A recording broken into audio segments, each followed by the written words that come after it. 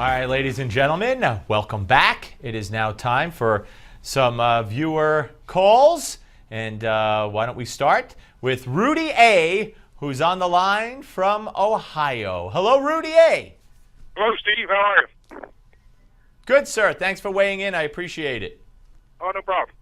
Yeah, I just want to weigh in. Obama's always talking about he's not in it for the photo ops. You know, he like when he wouldn't go to the border in Texas when he was 50 miles away, he said he don't do the photo ops.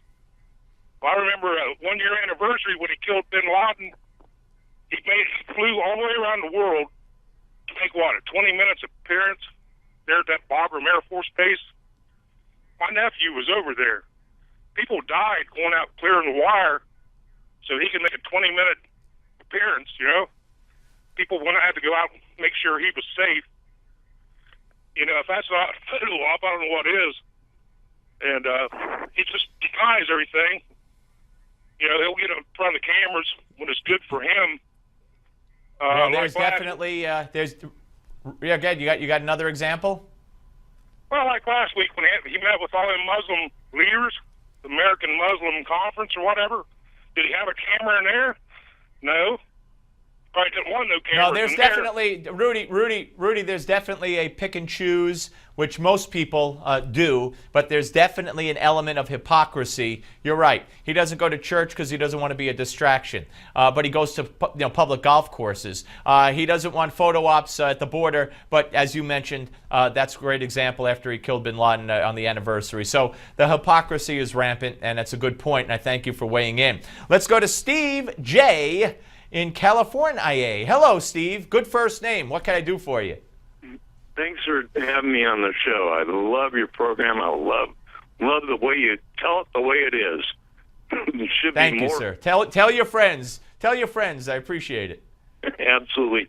Obama absolutely is afraid to tell people what the main issues are in the news today.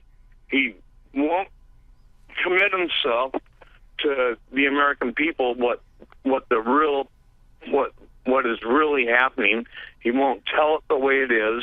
He's afraid of this guy needs to be impeached straight up.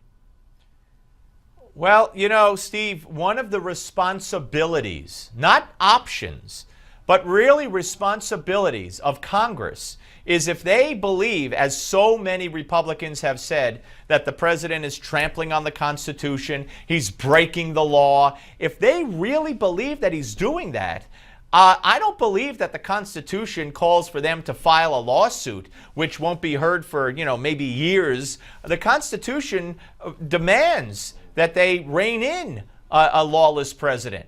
And the word you use, the impeachment word, is the way to do that. And this Congress, far from impeaching, this Congress won't even rein in the purse strings for this president. So I don't know what to say.